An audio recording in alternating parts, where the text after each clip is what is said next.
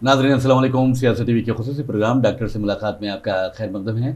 नाज़रीन, आप अच्छी तरह जानते हैं कि हम ऐसे डॉक्टर्स को मदऊ करते हैं जो अपने अपने शोबों में गैर मामूली महारत रखते हैं। आज हमने जिस डॉक्टर को मदऊ किया है उनके बारे में आपको बता दूं कि वो लोगों का दर्द दूर करती हैं। तो बहरहाल मैं ये समझाऊंगा कि लोगों का दर्द वो कैसे दूर करती है। मेरी मुराद है डॉक्टर मीनाल चंद्रा से, जो को फाउंडर है APN centre for pain relief and beyond की। और आपको बता दूं कि इनका शुमार रियासत तेलंगाना के मशहूर मारूफ पेन कंसल्टेंट में होता है और बेशुमार मरीज़ इनके हाथों शिफा भी पा चुके हैं। तो बहरहाल हम खैर मकदम करते हैं स्टूडियो में डॉक्टर मीनाल चंद्रा का आपका बहुत बहुत आदाब, नमस्ते। जी। तो पहला जो सवाल है, अक्सर ये देखा जाता है नाज़रीन कि लोग ये शिकायत करते हैं, चाहे वो ज़ईफ़ लोग हों, मर्द हों या ख़वातीन हों और यहाँ तक कि नौजवान भी हो, वो घुटने में दर्द की शिकायत करते हैं। तो पहला सवाल हम घुटनों के बारे में करेंगे, नी जॉइंट पेन के बारे में करेंगे और उसके जो असबाब हैं, जो वजूहात हैं, उस ताल्लुक से करेंगे। तो डॉक्टर साहब, आप ये बताइए कि नी जॉइंट पेन के जो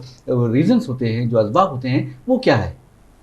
नी जॉइंट का मेन रीजन जो रहता है वो कार्टिलेज घिसने की वजह से रहता है। हर वो इंसान जो जैसे एजिंग की तरफ जाते हैं, उनका जो कार्टिलेज रहता है दो बोन्स के बीच में, वो घिसते रहता है। यूजुअली 40-45 ईयर्स के बाद ये घिसने का प्रोसेस शुरू होता है। 50-55 ईयर्स के एज में पेशेंट्स को सिम्टम्स आने शुरू होते हैं, जैसे रेडनेस होता है, स्वेलिंग्स होते हैं, मॉर्निंग स्टिफनेस होता है। एंड डिपेंडिंग अपॉन आपका वेट कितना है, आपका एज कितना है, आपकी लाइफस्टाइल क्या रही है, उसके अकॉर्डिंगली पेन शुरू होता है। कभी कुछ लोगों को 40-45 ईयर्स में शुरू होते हैं, कुछ लोगों को 70 तक भी अच्छा रहता है। सो ये इसको हम ऑस्टियोआर्थराइटिस बोलते हैं। अपार्ट फ्रॉम ऑस्टियोआर्थराइटिस बहुत और रीजंस है हमारे नी जॉइंट पेन के, जैसे कि नी जॉइंट के पास बहुत सारे लिगामेंट्स रहते हैं। ACL है, PCL है, मेनिस्कस है, कोलेटरल लिगामेंट्स है, काफ़ी सारे और स्ट्रक्चर्स है, बर्साइटिस होने के चांसेस रहते हैं। तो इनमें से किसी भी लिगामेंट में, किसी भी स्ट्रक्चर में कुछ डैमेज हुआ, कोई चोट लगी, कोई मार लगी, कभी आप गिर गए स्पोर्ट्स इंजरीज की वजह से, रोड ट्रैफिक एक्सीडेंट्स की वजह से, इन सब में इंजरीज होके they can cause knee pain. तो ये भी एक नी पेन के कॉज रहते हैं। ज़्यादातर जो एजिंग के प्रोसेस है जो हमने देखे बुजुर्गों में होता है, वो ऑस्टियोआर्थराइटिस की वजह से होता है। यंग पेशेंट्स में जब घुटनों का दर्द होता है तो वो यूजुअली लिगामेंट इंजरीज की वजह से होता है। अच्छा, एक सवाल ये है जो आपने बहुत ही प्यारे अंदाज में समझाया कि किस तरह कि उसके वजूहात क्या हैं, लेकिन हम ये जानना चाहेंगे कि आर्थराइटिस और ऑस्टियोआर्थराइटिस क्या है, इसमें क्या फ़र्क है? जैसे मैंने बताया कि ऑस्टियोआर्थराइटिस जो होता है वो कार्टिलेज घिसने की वजह से होता है। हमारे नी जॉइंट के पास 2-3 बोन्स होते हैं, वो बोन के बीच में जो गम लाइक स्ट्रक्चर है उसको कार्टिलेज बोलते हैं। बिकॉज हमारे पूरे बॉडी का वेट जो है हमारे घुटनों पे पड़ता है फॉर सो मेनी ईयर्स, इसीलिए वो घिसना शुरू हो जाता है। तो ऑस्टियोआर्थराइटिस इज कार्टिलेज डैमेज के जो प्रोसेस को आर्थराइटिस होते हैं उसको ऑस्टियोआर्थराइटिस बोलते हैं।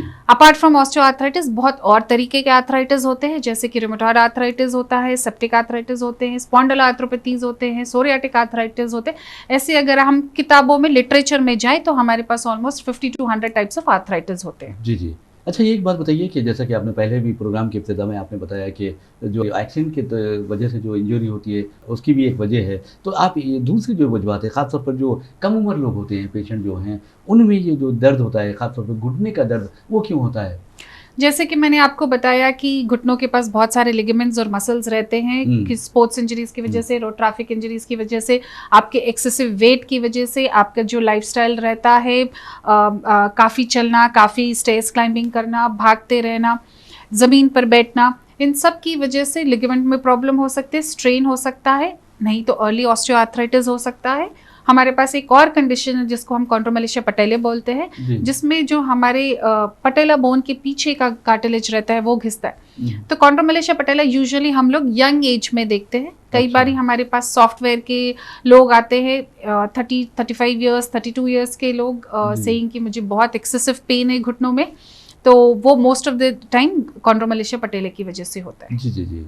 एक सवाल ये है कि क्योंकि आप ख़ास तौर पे पेन रिलीफ का काम करती हैं, यानी दर्द को कम करने का काम करती है, तो आप ये बताइए कि जो प्लेटलेट्स रिच प्लाज्मा थेरापी है, यानी PRP जो थेरापी है और उसकी आप माहिर हैं, तो किस कदर मदद करती है ये इस तरह की बीमारियों में? जी, तो अभी जैसे हमने डिस्कस किया कि ऑस्टियोआर्थराइटिस क्या होता है and there is a loss of cartilage, या फिर अगर हमने ये भी बात की है कि लिगामेंट प्रॉब्लम है, लिगामेंट में प्रॉब्लम है, तो जो पीआरपी है वो पेशेंट का ही खुद का ब्लड होता है। अच्छा। हर पेशेंट के ब्लड में, हर ह्यूमन के ब्लड में ग्रोथ फैक्टर्स होते हैं। हमने देखा होगा कभी अगर हमारा हार्ट कट गया तो वो ऑटोमेटिकली हील होता है, maybe after a week, 10 दिन में, कब जैसे आपकी बॉडी रिस्पॉन्स है। तो वो इसलिए होता है क्योंकि हमारे बॉडी में कैपेसिटी है, ग्रोथ फैक्टर्स है। अब क्योंकि ये जो कार्टिलेज है, लिगामेंट्स है, ये बहुत डीप स्ट्रक्चर्स होते हैं, इनमें खुद से रीजनरेट होने की कैपेसिटी थोड़ी कम होती है। इसीलिए अभी ये जो हमारा नया ट्रीटमेंट है which is called as platelet rich plasma therapy, regenerative medicine, उसमें जो पेशेंट का ब्लड लेकर उसमें कॉन्सेंट्रेटेड ग्रोथ फैक्टर्स निकालते हैं, एक्सट्रैक्ट करते हैं एक स्पेशल मशीन की तरफ में डाल के। वो ग्रोथ फैक्टर्स को हम एग्जैक्टली जहाँ पे डैमेज है, लिगामेंट में जहाँ पे टेयर है या फिर कार्टिलेज जहाँ पे घिस गया है, जहाँ पे डैमेज है, वहाँ पे डालते हैं ताकि हमारे जो बॉडी का रिस्पॉन्स है फॉर रीजनरेशन वो ज़्यादा स्टिमुलेट हो। तो हम जो पीआरपी यूज कर रहे हैं दैट इज टू रीजनरेट आपका ओन डैमेज्ड सेल। वो कार्टिलेज भी हो सकता है, वो लिगामेंट भी हो सकते हैं, वो मसल्स भी हो सकते हैं, टेंडेंस भी हो सकते हैं। यानी प्लेटलेट सेल्स है ये? जी, ये प्लेटलेट सेल्स में ग्रोथ फैक्टर्स होते हैं। अच्छा। तो हम कॉन्सेंट्रेटेड प्लेटलेट्स को निकाल के ग्रोथ फैक्टर्स को डालते हैं। तो यानी आप जो भी मुतासिर हिस्सा होता है उसमें आप लोग इंजेक्ट करते हैं? जी जी। तो इंजेक्ट करने का प्रोसेस क्या होता है, कुछ वक्त लगता है इसके लिए? या ये पूरा एक प्रोटोकॉल की दौरान होता है। हम जब भी पेशेंट हमारे पास आते हैं, फॉर एग्जांपल घुटनों के दर्द से, हम ये समझने की कोशिश करते हैं कि घुटनों का दर्द क्यों हो रहा है। ये कार्टिलेज घिसने की वजह से है, लिगामेंट में प्रॉब्लम की वजह से है, अगर लिगामेंट में है तो कौन से लिगामेंट में है, कार्टिलेज घिस गया तो कितना घिस गया, कहाँ पे घिस गया, ये सब समझने के लिए हम यूजुअली हमारा एक छोटा स्कैन होता है that is ultrasound scan. Ultrasound scan में हमें सब कुछ अच्छे से दिख जाता है। वो देखने के बाद हम मैपिंग करते हैं कहाँ पे कितना डैमेज है, पेशेंट को ये हमारा ट्रीटमेंट अच्छा कर सकता है या फिर पेशेंट को किसी और ट्रीटमेंट की ज़रूरत है। 90% ऑफ द टाइम्स ये ट्रीटमेंट, हमारा पीआरपी ट्रीटमेंट हर इन कंडीशंस के लिए अच्छा सक्सेसफुल रहता है। फिर उनकी कंडीशन के अकॉर्डिंगली कितने सिटिंग्स लगेंगे, कुछ पेशेंट्स को 1 सिटिंग्स इनफ होते हैं, कुछ पेशेंट्स को मे बी 2 सिटिंग्स लग जाए या 3 सिटिंग्स लग जाए। Accordingly we plan a protocol, एक प्रोटोकॉल तैयार करते हैं पेशेंट के लिए, उस प्रोटोकॉल के अकॉर्डिंगली उनको बताते हैं। अगर हमें ये समझ में आ गया कि इनके कार्टिलेज का प्रॉब्लम है, इनका कार्टिलेज नॉर्मल वैल्यू से अगर 30% घिस गया, 40% घिस गया, तो उनके सिटिंग्स डिसाइड करते हैं। एंड उसके बाद एडमिशन करके, जो कि पेशेंट को हमारे साथ 1 या 2 घंटे के लिए हॉस्पिटल में रहना पड़ता है। उसी दौरान हम पेशेंट का ब्लड लेके, हमारे पास एक स्पेशलाइज्ड मशीन्स है, वो मशीन्स में उसको प्रोसेस करते हैं एसेप्टिक कंडीशंस में। प्रोसेस करने के बाद हम उनको ऑपरेशन थिएटर में ले जाके, डिफरेंट मशीन्स रहते हैं जो हमको ये गाइड करते हैं कि कहाँ पे एग्जैक्टली पीआरपी को इंजेक्ट करना है। तो एक छोटे से नीडल के द्वारा मशीन्स में देखते हुए एग्जैक्ट करेक्ट प्लेस में इंजेक्ट करते हैं। अच्छा जी, ये बताइए कि जैसा पीआरपी का जो प्रोसेस आपने बहुत ही अच्छे अंदाज में बताया है, तो लेकिन देखा यह जाता है कि अक्सर हमारे लोगों में, ख़ासतौर पर हमारे अगर हैदराबाद देखेंगे या हिंदुस्तान के मुख्तलिफ शहरों में देखेंगे, तो ये देखा जाता है कि जो टोटके होते हैं नानी दादी के, ये कहा जाता है कि देखो बेटे, अगर आपके घुटने में दर्द है तो आप तेल की मालिश कर लीजिए, तो उससे क्या फ़ायदा होगा, ये बताइए। जो तेल मालिश है या फिर घर के जो नुस्खे होते हैं वो आपके पेन में थोड़े टाइम के लिए आपको मदद कर सकते हैं। कुछ ऑयल्स है, कुछ आयुर्वेदिक तेल्स रहते हैं, या फिर हमने बाहर से कुछ दवाइयाँ लिए हैं, वो आपके पेन को थोड़े टाइम के लिए रिलीफ दे सकते हैं। लेकिन हमारा तो मेन प्रॉब्लम ये समझना है कि हमको पेन तो कम करना है, बट पेन क्यों आ रहा, रीजन ऑफ पेन क्या है, उसको भी करेक्ट करना है। तो उसको करेक्शन के लिए पीआरपी की बहुत ज़्यादा ज़रूरत पड़ती है। हमारा main M immediate pain relief का नहीं रहता, तो ये नुस्खों से इमीडिएट पेन रिलीफ हो जाता है, बट जो घुटनों में अंदर डैमेज चल रहा है वो तो कंटिन्यूसली चलते रहता है, तो हमें उसको भी रोकना है और उसका भी करेक्शन करना है। तो इसके लिए ये नुस्खों से टेम्पररी रिलीफ हो सकता है, बट हमें बाद फ्यूचर का भी अपने घुटनों का ख्याल रखने के बारे में सोचना है। बिल्कुल अच्छे कहे। बहरहाल नाज़रीन, आप अपने घुटनों का ज़रूर ख्याल रखिए, क्योंकि घुटनों का ख्याल रखेंगे तो फिर आप चल फिर सकेंगे और ये दौड़ धूप कर सकेंगे। लेकिन एक सवाल बहुत अहम है जो हम डॉक्टर मीनाल चंद्रा से पूछना चाहेंगे, और वो सवाल ये है कि आपने जो बात बताई है कि पीआरपी प्रोसेस के ज़रिए आपको घुटनों का जो दर्द है, जो अंदरूनी दर्द है, उसको भी राहत मिल सकती है। लेकिन आप ये बताइए कि हर चीज़ के साइड इफ़ेक्ट्स होते हैं, कॉम्प्लिकेशंस होते हैं, तो पीआरपी के कोई कॉम्प्लिकेशंस है, साइड इफ़ेक्ट्स है? यूजुअली जब हम कोई ट्रीटमेंट या प्रोसीजर बताते हैं पेशेंट को मेडिकल फील्ड में, उनके कुछ ना कुछ छोटे मोटे या फिर बड़े साइड इफेक्ट्स रहते हैं, यूजुअली रहते हैं। बट पीआरपी रीजनरेटिव थेरेपी एक ऐसा इंटरवेंशन है हमारे मेडिकल फील्ड में जहाँ पे उसके साइड इफेक्ट्स कुछ भी नहीं है, क्योंकि ये पेशेंट के खुद के ब्लड से है। इट्स अ नेचुरल वे, हम नेचुरल वे से हीलिंग कर रहे हैं। हम जो भी प्रिपेयर करते हैं वो एक एसेप्टिक प्रिकॉशन लेकर के करते हैं, तो पीआरपी का कुछ भी साइड इफेक्ट्स कॉम्प्लिकेशंस नहीं रहते हैं। मैक्सिमम जो हम देखते हैं, मैक्सिमम हमने अपनी प्रैक्टिस में जो देखा है, मे बी वो पेशेंट को एक दिन के लिए थोड़ा पेन रहता है, हो सकता है। इससे ज़्यादा तो कोई भी साइड इफेक्ट्स कॉम्प्लिकेशंस पीआरपी के नहीं रहते। तो it is one of the safest procedure जो हमने अपने मेडिकल लिटरेचर में देखा है। जी, एक सवाल ये है तो कि अक्सर आप देखेंगे कि हमारा जो सोसाइटी है उसमें जो डायबिटिक पेशेंट है बहुत ज़्यादा है, हाइपरटेंशन से बहुत लोग मुतासिर हैं। तो क्या इसमें जो हाइपरटेंशन से मुतासिर है या फिर जिसको शुगर है या डायबिटिक है, तो क्या वो इस तरह का इलाज बर्दाश्त कर सकते हैं? ये पीआरपी जो है बहुत ही सिंपल तरीका है। एक छोटे से नीडल से हम उनका ब्लड ड्रॉ करके उसके बाद उसको इंजेक्ट करते हैं। जब इंजेक्ट करते हैं वो भी एक बहुत छोटे नीडल से करते हैं। ये ट्रीटमेंट क्योंकि पेशेंट के ओन ब्लड से है, उसका रिलेशन दूसरे मेडिकल कंडीशन से नहीं रहता है। फॉर एग्जाम्पल हमने देखा है कि डायबिटीज़ का प्रेवलेंस बहुत ज़्यादा है, बीपी का प्रेवलेंस बहुत ज़्यादा है हमारी कंट्री में। इन सब चीज़ों से पीआरपी का कुछ भी रिलेशन नहीं रहता है। They are very very safe in any patients of medical conditions like this. कुछ स्पेसिफिक कंडीशंस होते हैं, जैसे कि पेशेंट्स जिनको एक्टिव कैंसर है, या फिर कुछ पेशेंट्स में जिनमें प्लेटलेट कम होता है by birth for some reason, उन पेशेंट्स में हम ये ट्रीटमेंट नहीं करते। अदरवाइज ये ट्रीटमेंट, पीआरपी का treatment diabetic, hypertensive, kidney problem के पेशेंट्स को, हार्ट के पेशेंट्स को, पार्किंसोनिज्म के पेशेंट्स को, या वेरियस किसी भी मेडिकल कंडीशंस के पेशेंट के लिए सेफ एंड सिक्योर है। अच्छा, एक और सवाल पैदा होता है कि जो पीआरपी जो है, आपने बताया कि घुटनों का जो दर्द होता है या कार्टिलेज अगर ख़राब हो जाती है तो उसके इलाज के लिए किया जाता है। लेकिन कई ऐसे जोड़ हमारे जिस्म में हैं जहाँ दर्द होता है, तो वहाँ पर भी इसे इस्तेमाल किया जा सकता है। मिसाल के तौर पे हाथों के जो जोड़ होते हैं उसमें उसके दर्द को आराम देने के लिए थेरेपी इस्तेमाल की जा सकती है? डेफिनेटली पीआरपी जो है वो हर एक फॉर्म ऑफ आर्थराइटिस के लिए, लिगामेंट प्रॉब्लम के लिए, टेंडन प्रॉब्लम के लिए, मसल के प्रॉब्लम के लिए बहुत ही अच्छा नॉन सर्जिकल ट्रीटमेंट है। विदाउट एनी कॉम्प्लिकेशंस रिजल्ट्स बहुत ही अच्छे रहते हैं। जैसे आपने बात की कि छोटे जॉइंट्स जो हमारे हाथ के रहते हैं उनके लिए भी बहुत सक्सेसफुल रिजल्ट्स देते हैं। जी जी जी। अच्छा, ये बताइए कि जो पीआरपी की हम बात करते हैं तो दूसरे जो दर्द होते हैं उसमें इस्तेमाल नहीं होता? हर एक दर्द का एक रीज़न रहता है। जी जी। जब हमने ये पता लगा लिया कि आपके वो दर्द का रीज़न क्या है, अकॉर्डिंगली हम प्लान कर सकते हैं। बहुत सारी चीज़ों में, जैसे फ्रोजन शोल्डर है, शोल्डर पेन ले लिया, फ्रोजन शोल्डर का अपना एक रीज़न रहता है। मोस्ट ऑफ द टाइम कुछ रोटेटर कफ इंजरी हुआ तो उसमें पेशेंट्स जो है वो पेन से सफ़र करते रहते हैं, तो उनके लिए पीआरपी का ट्रीटमेंट बहुत ही अच्छा हेल्पफुल रहता है। उसी तरीके से एक दूसरा कंडीशन होता है टेनिस एल्बो का, जो हमारे एल्बो के पास का दर्द होता है। वो पेशेंट्स बहुत इनिशियली पेन कम होता है बट बाद में वो बहुत सफ़र करते हैं, तो पीआरपी जो है टेनिस एल्बो के लिए बहुत ही अच्छे रिजल्ट्स देते हैं। प्लांटर फेशियाइटिस एक बहुत ही कॉमन कंडीशन है जो पेशेंट्स सफ़र करते रहते हैं फॉर इयर्स एंड इयर्स, उनको कुछ भी ट्रीटमेंट नहीं रहता है, उनके लिए वॉकिंग डिफ़िकल्ट हो जाता है। उन प्लांटर फेशियाइटिस के लिए पीआरपी का ट्रीटमेंट बहुत ही अच्छी रिजल्ट्स देता है। उस तरीके से बहुत type of arthritis, ankle joint का पेन है, कई बार स्पाइन में एक टेयर हो जाता है, उसकी वजह से भी दर्द होता है, तो उन कंडीशंस में भी पीआरपी यूज़ कर सकते हैं। अच्छा, एक बात बताइए कि आपसे जो पीआरपी जब आप करते हैं तो ज़्यादातर मर्द हजरात आते हैं या फिर ख़वातीन आते हैं, औरतें जो आती हैं? तो जी, जब हम घुटनों की दर्द की बात करेंगे तो हमने ऐसे देखा है कि फीमेल्स में ज़्यादा होता है, ख़वातीन में। जी।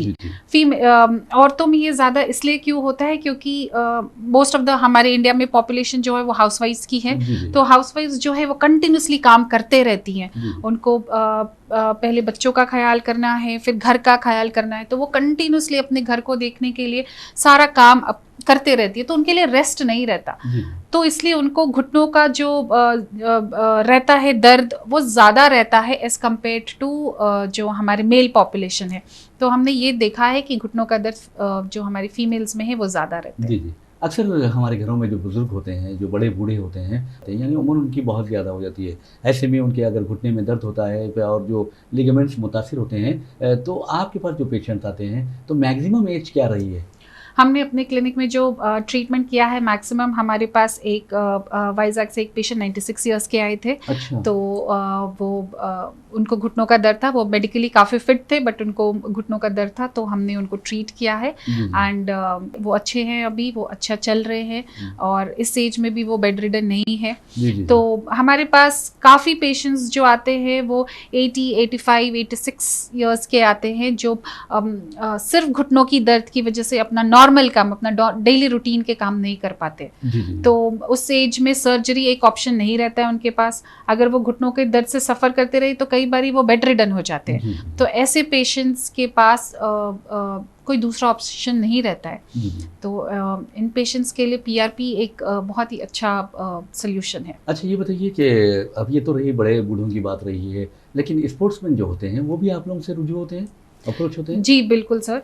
अभी जो इंडिया में ट्रेंड आ गया है काफ़ी स्पोर्ट्स खेलने का, स्पोर्ट्स खेलेंगे, स्पोर्ट्स इंजरीज होते रहेंगे। अच्छा। तो जो स्पोर्ट्स पर्सन रहते हैं उनका जो ट्रीटमेंट का तरीका होता है वो थोड़ा डिफरेंट होता है देन नॉर्मल लोगों से, क्योंकि उनको उनका जो प्रॉब्लम है, उनका जो स्पोर्ट्स इंजरीज हुआ उसको ठीक करके उनको वापस स्पोर्ट्स में भेजना है।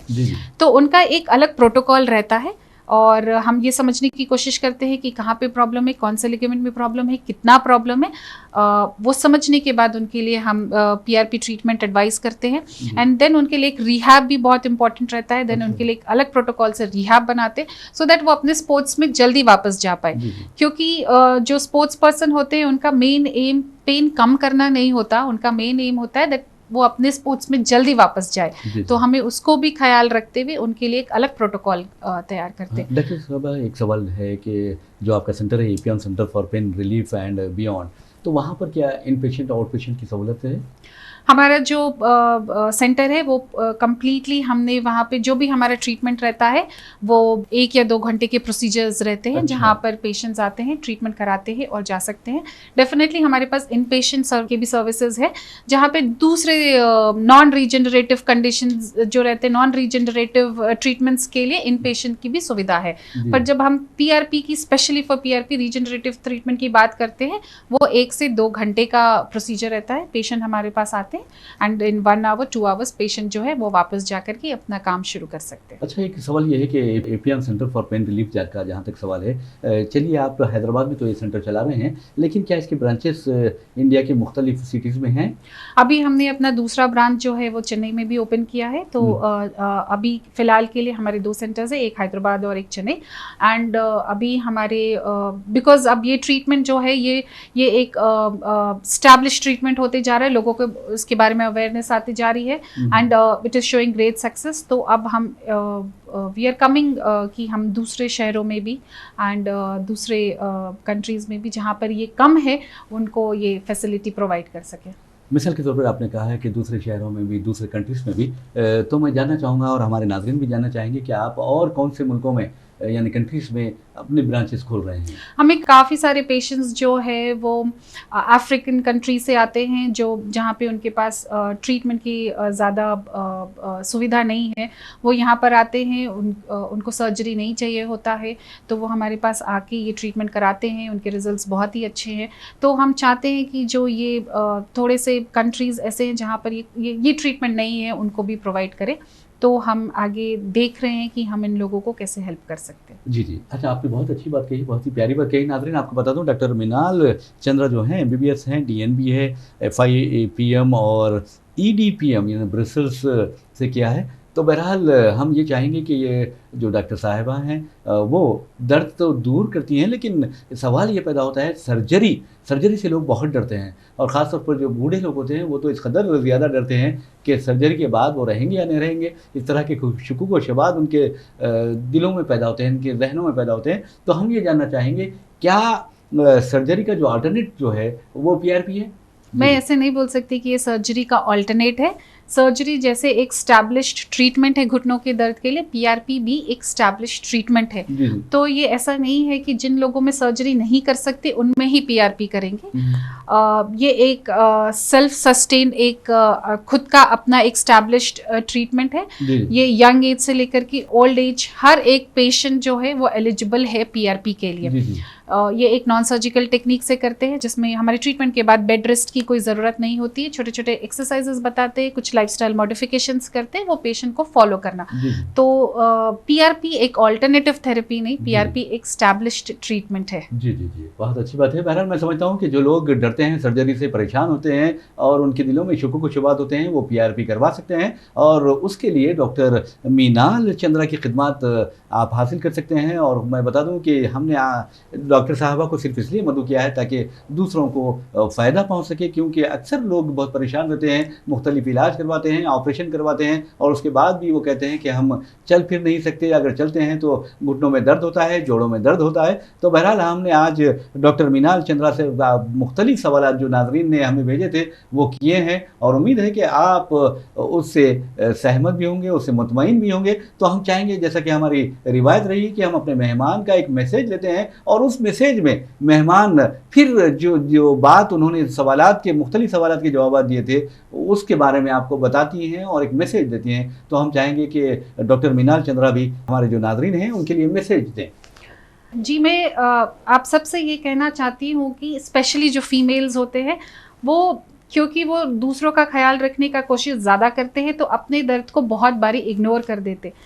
प्लीज़ अपने दर्द को इग्नोर मत कीजिए, क्योंकि ये दर्द का एक रीज़न होता है और अगर आपने उस रीज़न को टाइम पे ही उसको एड्रेस नहीं किया तो वो बाद में जा कर के काफ़ी परेशानी दे सकता है।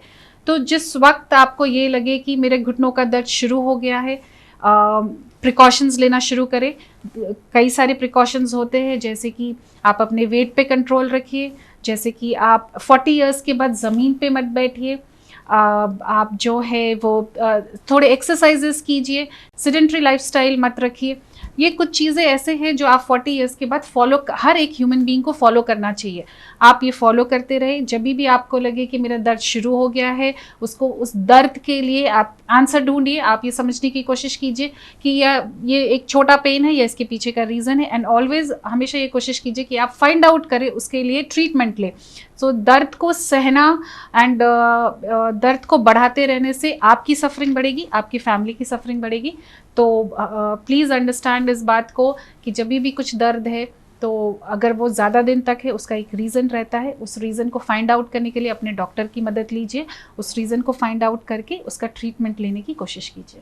बहुत ही प्यारा मैसेज डॉक्टर मीनाल चंद्रा ने दिया है और मैं समझता हूँ कि इसके बाद मज़ीद गुफ्तगू हम दूसरे प्रोग्राम में करेंगे। बहरहाल नाज़रीन, हम चाहेंगे कि पियोन centre for pain relief and beyond की जो को फाउंडर है डॉक्टर मीनाल चंद्रा, हम उनका शुक्रिया अदा करते हैं कि उन्होंने स्टूडियो में इंटरव्यू भी दिया है, अपना कीमती वक्त निकाल कर आपके लिए वो यहाँ पर आई हैं और हमें उम्मीद है कि आप उनसे इस्तेफादा करेंगे। ख़ासतौर पर जो अपने बड़े बुजुर्ग जो घुटने के दर्द में मुब्तला हैं और जो सर्जरी से डरते हैं, वो पियोन सेंटर से रुजू हो सकते हैं, डॉक्टर मीनाल चंद्रा से रुजू हो सकते हैं और अपना इलाज करवा सकते हैं। बहरहाल इसी के साथ हम अपना प्रोग्राम डॉक्टर से मुलाकात इख्तिताम को पहुंचाते हैं। मुझे मोहम्मद रियाज अहमद को इजाज़त दीजिए, इंशाल्लाह फिर मुलाकात होगी, फिर बात होगी। तब तक के लिए अल्लाह हाफ़िज़। नमस्ते। आपका बहुत बहुत शुक्रिया। Thank you.